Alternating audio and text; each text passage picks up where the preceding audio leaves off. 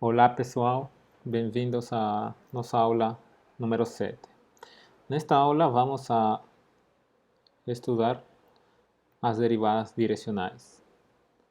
Bem, primeiro devemos lembrar que para uma função de duas variáveis, a derivada parcial de f em relação a x num ponto é interpretada como taxa de variação da função nesse ponto. Essa taxa de variação é na direção positiva do eixo x.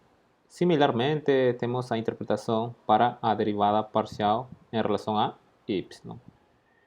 Agora, vamos estar interessados em saber interpretar a taxa de variação numa direção arbitrária. Então, tomamos um ponto no domínio da função e consideramos um vetor unitário com componentes A e B. Bem, temos o seguinte, a gente pode fazer um gráfico, temos a nossa superfície S, temos o gráfico da função f, temos o ponto, que vai ser o ponto com coordenadas x0, y0, e o valor da função nesse ponto seria esse ponto aqui, que vamos chamar de P. Agora, a gente vai construir uma curva na superfície e essa curva é construída como usando um plano vertical que passa por esse ponto P e que também tenha como vetor diretor o nosso vetor unitário U. Então, na figura temos esse plano vertical cor cinza. Vemos que a interseção vai nos dar essa curva C. Bem, podemos calcular a reta tangente a essa curva C nesse ponto, que seria essa reta que estamos chamando de T, e a inclinação dessa reta T é precisamente a taxa de variação de Z na direção do vetor U. Para ver isto, a gente faz o seguinte, tomamos um ponto Q sobre o gráfico da função f, estamos supondo que esse ponto Q tem essas coordenadas x, y, z. Podemos projetar esses pontos P e Q, obtemos dois pontos P' e Q' sobre o plano x, y, de coordenadas x0, y0, x, y. Bem, vamos ter um vetor que vai ser o vetor P', Q', e esse vetor vai ser paralelo ao nosso vetor U. Então, temos essa igualdade. Tá? Essa igualdade é para algum H, um número real. Então, sabendo como são as coordenadas de P' e Q', bem, o vetor P', Q' tem componentes x menos x0, y menos y0. Bem, olhando o plano que está imerso no espaço, a terceira componente seria 0. Bem, então teremos essas igualdades, correto? Que decorrem dessa igualdade. Agora, dessa forma, temos que as coordenadas do ponto Q podem ser escritas dessa forma. E Z, lembrar que Z seria f avaliado em x e y. Mas x e y são escritos dessa forma. Então, a variação em z seria z menos z0, onde z seria f de x e y, mas x e y são escritos dessa forma. Então, temos essa expressão aqui, menos z0 é f de x 0, y0. Agora, dividido por h, e esse quociente pode ser escrito dessa forma. Aqui estamos, bem, temos o vetor x0, que é o vetor que tem componentes x0, y0.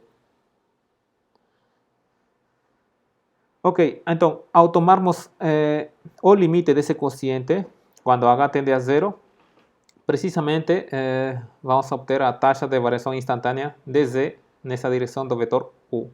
Mas esse limite, se existir, precisamente é a inclinação da reta tangente T, nesse ponto P.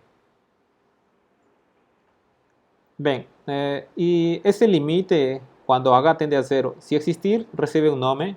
Esse nome chama-se de derivada direcional da função f nesse ponto, na direção desse vetor unitário U. Agora, note-se o seguinte, que se tomamos a direção, o vetor U sendo únicamente o vetor, por exemplo, a 0, ou seja, neste caso, nosso vetor unitário seria A multiplicado pelo vetor unitário I.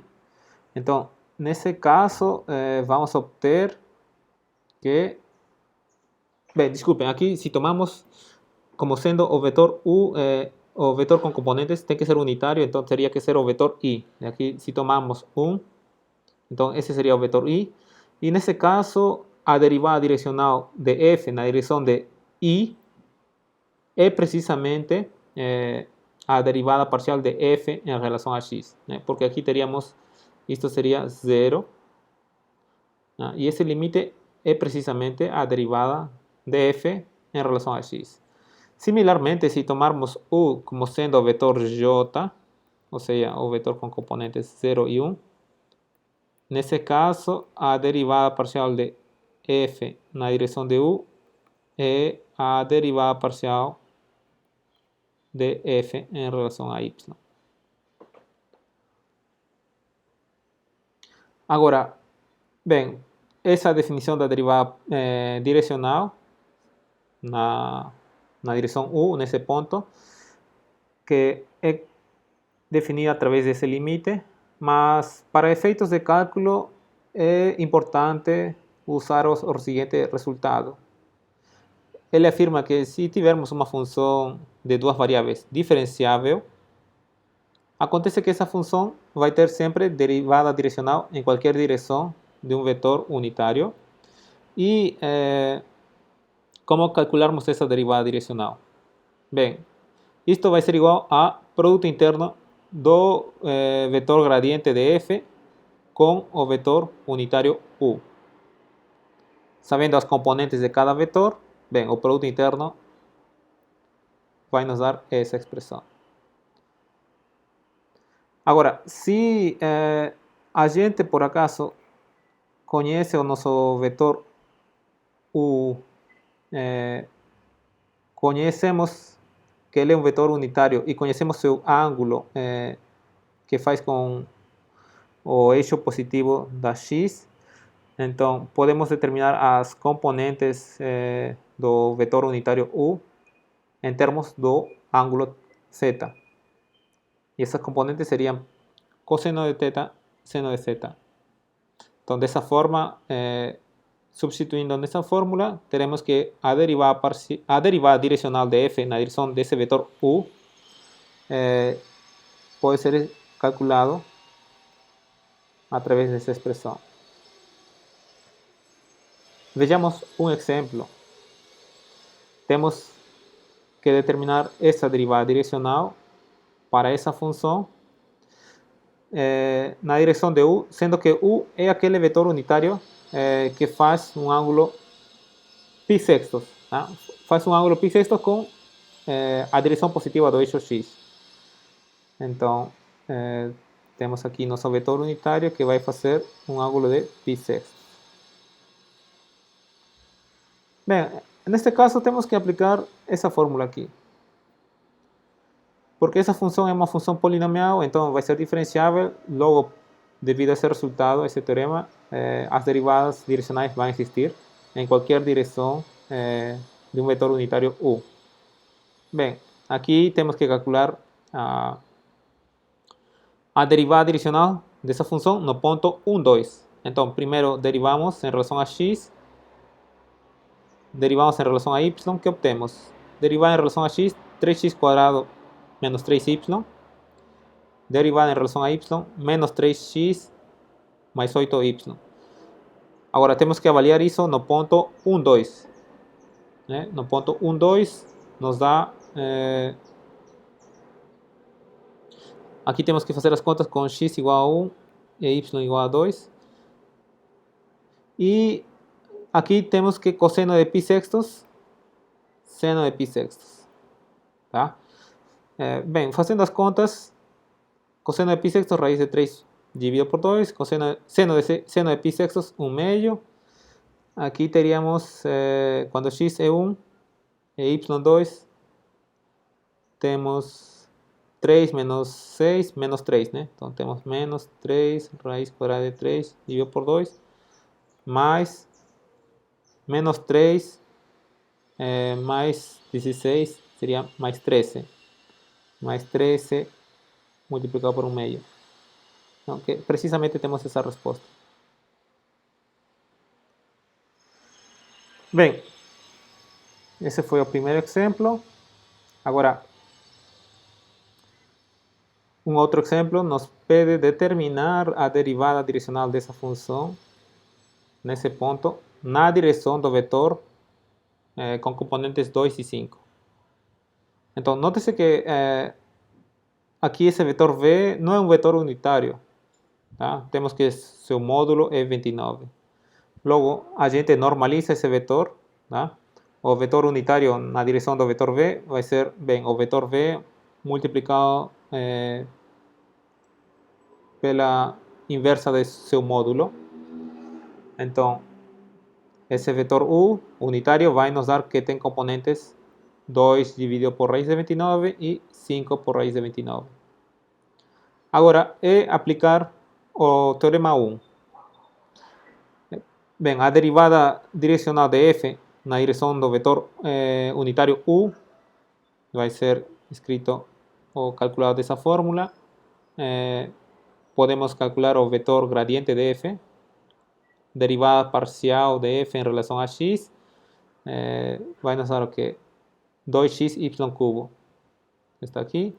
Derivada da f em relação a y nos dá 3x quadrado y quadrado menos 4. Está aqui. Agora, isto temos que avaliar em o ponto 2 menos 1. Avaliando em 2 menos 1, temos menos 4. E aqui temos 8, né? Está aqui, nosso vetor. Finalmente, produto interno com esse vetor unitário. Fazendo as contas, obtemos essa resposta. Então, essa seria a taxa de variação da função no ponto 2, 2, 1, 2 menos 1, no ponto 2 menos 1, na direção do vetor v. Agora, similarmente, para funções de 3 variáveis, a gente tem o conceito de derivada direcional, né, que é o mesmo limite, certo? Temos esse limite, só que agora nossos vetores x0 e u é um vetor no espaço, com 3 componentes. As componentes do vetor u estamos nomeando de A, B, C, e o nosso vetor x0 seria aquele que tem componentes x0, y0, z0. E de maneira similar, bem, temos o teorema para calcular a derivada direcional de uma função de 3 variáveis, que seria a mesma, bem, a mesma fórmula, no sentido de que temos produto interno do vetor gradiente da f, aqui, né? Temos f de x, y, z. Aqui seria f gradiente de f, x, y, z, produto interno com o nosso vetor u. Bem, desenvolvendo o produto interno, aqui teremos, aqui não deve aparecer esse i, aqui não aparece esse j. Temos a derivada de f em relação a x, mais b multiplicado pela derivada de f em relação a y, mais c derivada de f em relação a z.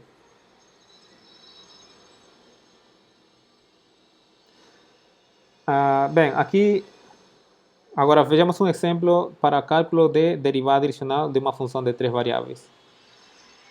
queremos calcular a derivada direcional na direção desse vetor no ponto 130. Bem, a ideia é aplicar essa fórmula derivada direcional de f em relação a u num ponto vai ser o gradiente da f avaliado no ponto, produto interno com o nosso vetor u. Muito bem, precisamos calcular o gradiente de f da fórmula da função f, podemos calcular o gradiente sem problemas. Agora avaliamos no ponto, que seria 130, e obtemos esse resultado. Agora, note-se que para aplicar essa fórmula, nosso vetor u é um vetor unitário. Como queremos calcular na direção de v e esse vetor v não é unitário, pois seu módulo seria quanto? O módulo de v é raiz quadrada de 1 quadrado mais 2 quadrado mais menos 1 ao quadrado é raiz de 6. Então, o vetor unitário na direção de v vai ser v módulo de v. E isso vai nos dar precisamente esse vetor u. Então, temos nosso gradiente, vetor gradiente no ponto, temos nosso vetor unitário e, bem, fazemos o produto interno. Fazendo o produto interno, obtemos essa resposta. Correto? Bem, depois, uma pergunta natural é o seguinte: se a gente considera uma função de 2 ou 3 variáveis e consideramos todas as possíveis derivadas direcionais da função em um ponto dado, então suponhamos que temos um ponto P e a gente calcula todas as derivadas direcionais. Né? Note-se que temos infinitas direções. Então a pergunta é: em qual dessas direções a função f varia mais rapidamente? E qual seria a taxa máxima dessa variação? Bem, isso é respondido nesse resultado. Ele afirma que se temos uma função diferenciável, seja de 2 ou 3 variáveis, acontece que o valor máximo da derivada direcional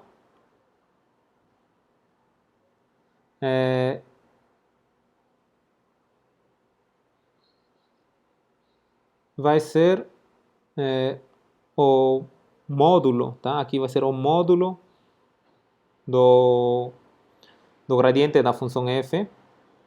E bem, valor máximo da derivada direcional ocorre quando o nosso vetor unitário u tem a mesma direção do vetor campo gradiente.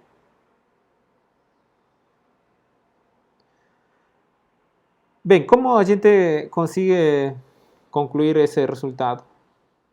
Bem, como a função é diferenciável, temos essa fórmula. Tá? Agora, produto interno do vetor gradiente com 1, lembrar que isto pode ser escrito em termos de módulo e o ângulo que esses vetores formam. É dado precisamente por essa fórmula. Como nosso vetor u vai ser unitário, então temos essa expressão.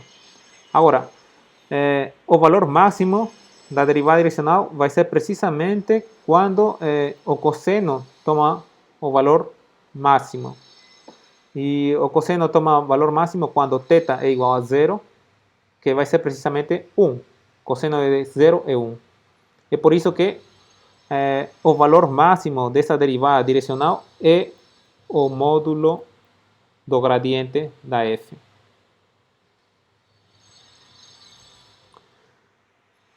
Aqui faltou, bem, estamos calculando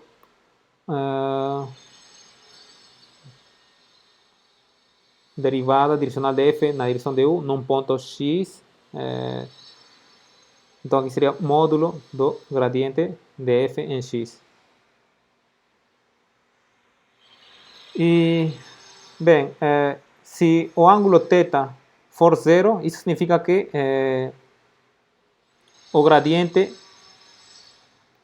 e o nosso vetor unitário, vamos supor que é o vetor unitário seja esse, como fazem um ângulo zero, então eles têm a mesma direção e sentido. Tá? É por isso que esse valor máximo ocorre quando o nosso vetor unitário tem a mesma direção e sentido que o nosso vetor gradiente.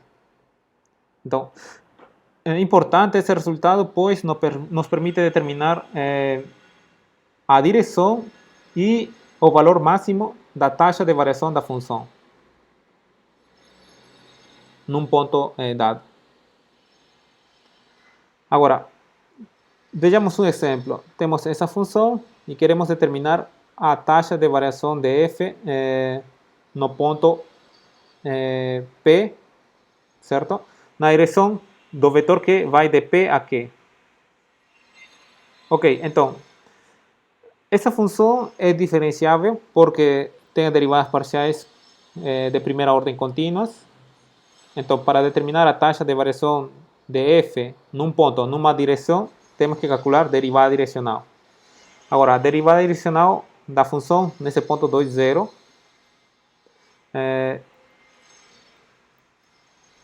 na direção de um vetor unitário, e essa direção do vetor unitário está dada por a direção do vetor que vai de P a Q. Quais são as componentes do vetor P, Q? Bem, temos que seria 1 meio menos 2, 2 menos 0, 2. Então, teríamos o vetor menos 3 meios, 2. Agora, esse vetor não é unitário, mas após normalizar esse vetor, o vetor unitário na mesma direção que PQ vai ser esse vetor. Então, podemos aplicar a fórmula para o cálculo da derivada direcional da função f na direção do vetor u. Seria o gradiente da f, produto interno com u. Acá temos cada um desses elementos. Aqui calculamos o gradiente de f, está aqui, e avaliamos em 2, 0, vai nos dar esse vetor. Então, produto interno desses vetores, a gente pode fazer as contas e ver que dá 1. Agora, em que direção a função f tem a máxima taxa de variação? Bem, já vimos que a máxima taxa de variação vai ser na direção do vetor gradiente. Então, seria a resposta que f aumenta mais rápido na direção do vetor gradiente, que já calculamos, né? Que era o vetor 1, 2. E a máxima taxa de variação que vai ser nessa direção vai ser precisamente o módulo desse vetor. Né? O módulo desse vetor, bem, é raiz quadrada de 5.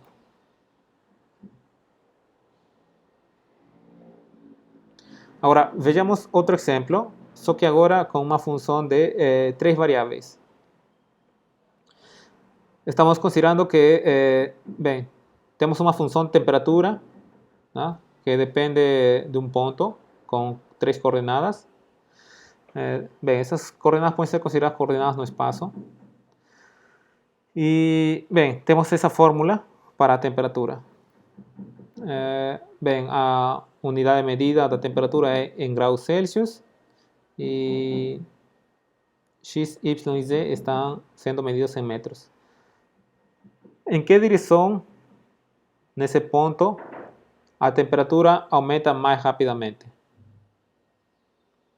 E qual a taxa máxima de aumento? Então, quando temos esse tipo de perguntas, já devemos saber que estão pedindo nos calcular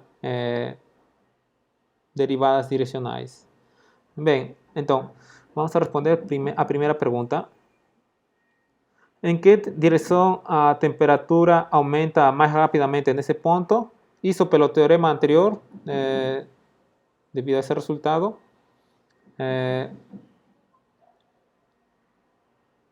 Essa maior taxa de variação acontece na direção do vetor gradiente. Então, temos que calcular o gradiente de essa função t. A gente calcula derivada parcial de t em relação a x. Bem, tem essa expressão em relação a y. Temos esse resultado e em relação a c. Agora, temos que avaliar no ponto 1, 1, menos 2. Então, nesse ponto, o nosso vetor gradiente de T é esse vetor. Então, como comentei, devido ao resultado anterior, a temperatura aumenta mais rapidamente na direção do vetor gradiente. Ou, bem, equivalentemente na direção desse vetor. Ou, bem, na direção desse vetor unitário. Agora, qual vai ser a taxa máxima de variação? Novamente, isso é devido a esse resultado. Vai ser o módulo do gradiente. Tá? O módulo do gradiente, bem, já calculamos, temos que calcular agora seu módulo. Seria 5 oitavos multiplicado pelo módulo desse vetor. O módulo desse vetor, a gente pode ver que vai ser raiz quadrada de 41. Logo, a taxa máxima de variação da função t acontece na direção do vetor gradiente e essa máxima variação tem valor 5 raiz quadrada de 41 dividido por 8. Então, essa é bem, uma das aplicações do vetor gradiente. Tá? O vetor gradiente de uma função nos dá a direção onde uma função tem a maior taxa de variação. Agora, vamos falar outra aplicação do gradiente, que nos permite calcular plano tangente a uma superfície de nível. Lembra que se a gente tinha uma função de 3 variáveis, a superfície de nível era uma equação dessa forma, onde K aqui era uma constante que pertence à imagem da função f sum. Agora, se temos essa superfície de nível S e temos um ponto nessa superfície, podemos, bem, encontrar uma curva que esteja contida em S e que passa por esse ponto. Agora, essa curva pode ser descrita através de essas funções x, y e z, que dependem de uma variável t. Tá? Então, para algum instante de t, vai acontecer como essa curva passa pelo ponto P, para algum instante t que vamos chamar t0. Nesse instante temos que essas funções no instante t0 precisamente vai nos dar x0, y0, z0. Agora, como a curva C está contida na superfície S e essa curva C está descrita por essas funções, então a função de 3 variáveis avaliada nessas funções x, y e z vai nos dar o valor sempre igual a k, porque essa curva está contida na superfície nível S. Ou seja, temos essa equação. Agora, supondo que as funções que descrevem a nossa curva fossem funções diferenciáveis, bem, e se a função de 3 variáveis, a f sum, fosse também uma função diferenciável, bem, podemos derivar em relação a t, correto? Bem, aqui vai ser uma função de t, né? Então podemos calcular sua derivada. E usando a regra da cadeia do lado esquerdo, derivando ambos lados, do lado esquerdo vamos obter, usando a regra da cadeia, essa expressão. Do lado direito, como uma constante, vai ser 0. Mas essa expressão do lado esquerdo é equivalentemente escrito como um produto interno. Tá? Aqui temos o gradiente da f sum, produto interno com essa derivada. Agora, esse R vai ser uma função vetorial, ou seja, R vai ser, para cada t vai ser um vetor que tem essas componentes. Logo, sua derivada, podemos tomar por definição a derivada dessa função, vai ser simplesmente derivar cada componente. E, bem, em particular, como temos essa equação, se avaliamos em t0, vamos obter essa igualdade. Então, essa equação nos diz que o vetor gradiente no ponto P, esse vetor gradiente, é perpendicular ao vetor tangente, tá?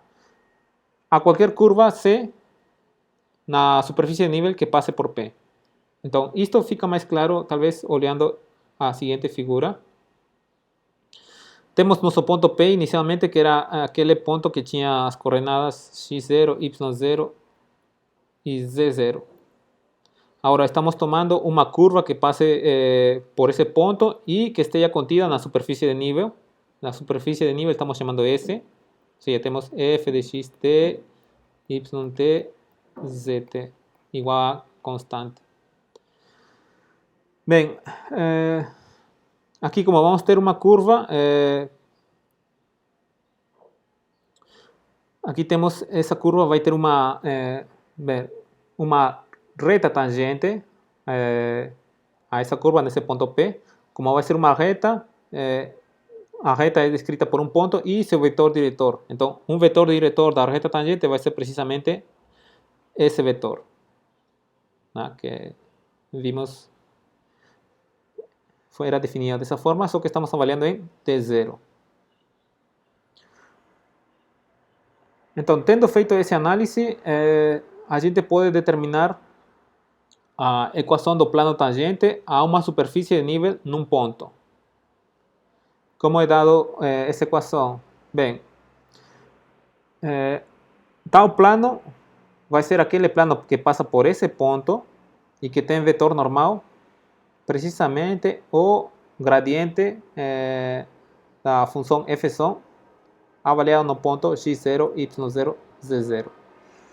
Então, com essas condições, a gente pode obter a equação desse plano tangente à superfície de nível.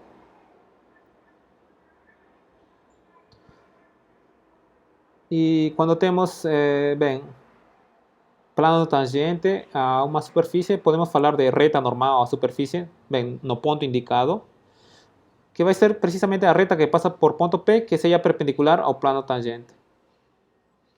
E a direção da reta normal é precisamente o gradiente da f sum, avaliado nesse ponto.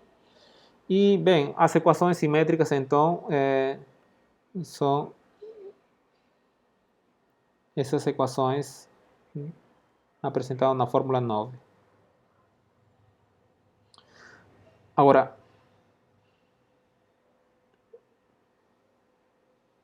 se tivéssemos que uma superfície que é obtida como gráfico de uma função de duas variáveis, bem, isto pode ser considerado como uma função de três variáveis. Para isto, unicamente consideramos nossa f sum dessa forma, igual a zero. E nesse caso, aplicando o mesmo resultado anterior, nessa fórmula aqui, vemos que a equação do plano tangente ao gráfico de uma função de duas variáveis precisamente nos dá essa fórmula que já foi apresentada anteriormente. Foi apresentada na aula, foi na aula 5, né? Não, desculpe, na aula 4. Bem, então agora vejamos um exemplo sobre como determinar o plano tangente a uma superfície de nível. Ok, queremos calcular o plano tangente e a equação da reta normal nesse ponto a esse elipsoide. Bem, esse elipsoide pode ser visto como uma superfície de nível, que vai ser superfície de nível da função f sum, que seria essa função aqui, no nível 3, né? Quando k é igual a 3. Então, temos que aplicar, para encontrar a fórmula do plano tangente, aplicamos essa equação 8. Temos que calcular as derivadas parciais da função f sum em relação a x, y e z e avaliar no ponto indicado, que neste caso é menos 2, 1, menos 1. Fazendo essas contas, derivada em relação a x, bem, não tem muito problema para calcular as derivadas parciais. E avaliando no menos 2, 1, menos 1, temos essas respostas. Logo, usando essa equação do plano tangente à superfície de nível, podemos ver que nossa equação fica dessa forma. Ou, bem, simplificando, nossa equação do plano tangente a esse elipsoide nesse ponto é essa equação aqui. Logo, as equações simétricas da reta normal, bem, está aqui, né? São essas equações. Então é só substituir as contas já feitas na fórmula apresentada para a equação da reta normal. E aqui estamos vendo um gráfico. Bem, temos nosso elipsoide, por aqui está o ponto que é o ponto menos 2, 1, menos 3, certo? E nosso plano tangente que está aqui tem essa equação. E a reta normal é aquela reta que passa por esse ponto e é ortogonal a esse plano tangente, né? Que seria essa reta. Aqui continua. Muito bem. Agora, quando a gente tem uma função de duas variáveis, podemos falar de curva de nível. Curva de nível. E nesse caso, fazendo um raciocínio similar que para a superfície de nível, neste caso, a função gradiente nesse ponto vai ser ortogonal à reta tangente, tá? A essa curva nesse ponto P. Temos a reta tangente nesse ponto, vai ser essa reta aqui. Já o gradiente vai ser ortogonal. Então, isso que estamos escrevendo nesse comentário 2. Tá? Bem, então, isso é similar para funções de duas variáveis, ok? O que foi feito aqui para funções de três variáveis, para superfícies de nível. Bem, então, a gente sabe como calcular a equação do plano tangente a uma superfície de nível. Tá? Similarmente, podemos também calcular a equação de uma reta tangente a uma curva de nível num ponto, porque já conhecemos um vetor normal, então podemos fazer uma rotação de 90 graus, já temos um vetor diretor, temos o ponto e podemos encontrar a reta tangente. Bem, pessoal, então depois vocês podem continuar fazendo os exercícios para reforçar a teoria apresentada hoje. Até a próxima aula.